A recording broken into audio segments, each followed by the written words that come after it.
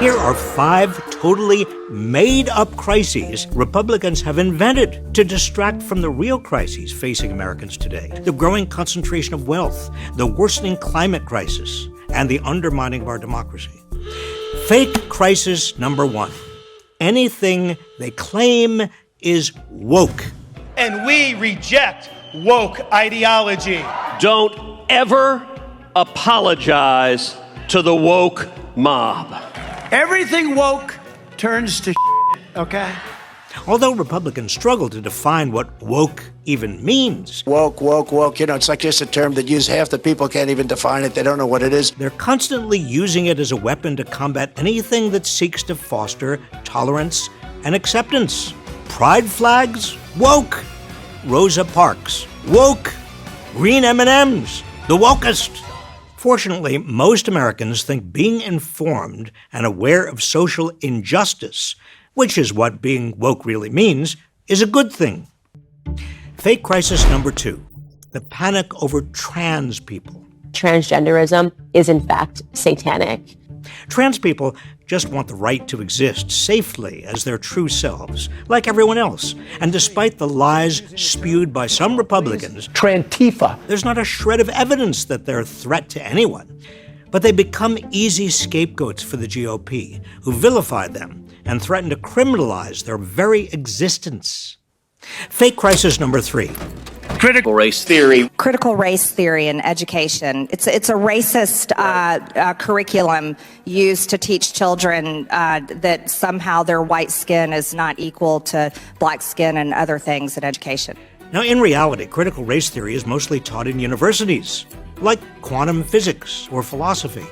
It's really not taught in K through 12, nor is it dangerous. It's merely a framework to understand the role that race and racism have played in shaping America's laws and institutions.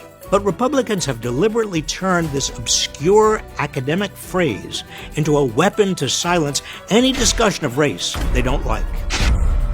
Unfortunately, this includes teaching many basic historical facts. Fake crisis number 4.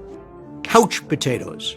Republicans are whipping up anger over welfare recipients supposedly abusing the system. Well, I don't think hardworking Americans should be paying for all of the social services for people who could make a broader contribution and instead are couch potatoes. The reality is most people who collect benefits already hold jobs and work exceedingly hard. Like Ronald Reagan's claim about so-called welfare queens, the couch potato myth is a cruel racial dog whistle. In fact, the vast majority of Americans who receive government benefits are white. We should be asking why so many jobs pay such low wages that workers need government help to get by. Fake crisis number 5, out of control government spending. Another lie. Apart from mandatory spending like Social Security, Medicare, and Medicaid, government spending has actually fallen more than 30% in the past 50 years as a percentage of our total economy.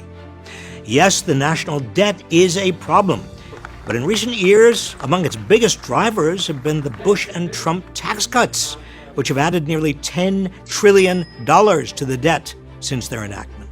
All 5 of these so-called crises have been manufactured by the GOP. They're entirely made up. Why? To deflect attention from the near record share of the nation's income and wealth now going to the richest Americans. As the wealthy pour money into politics, largely the GOP, they don't want the rest of America to notice they're rigging the economy for their own benefit, that their greed is worsening the climate crisis, and they're undermining our democracy.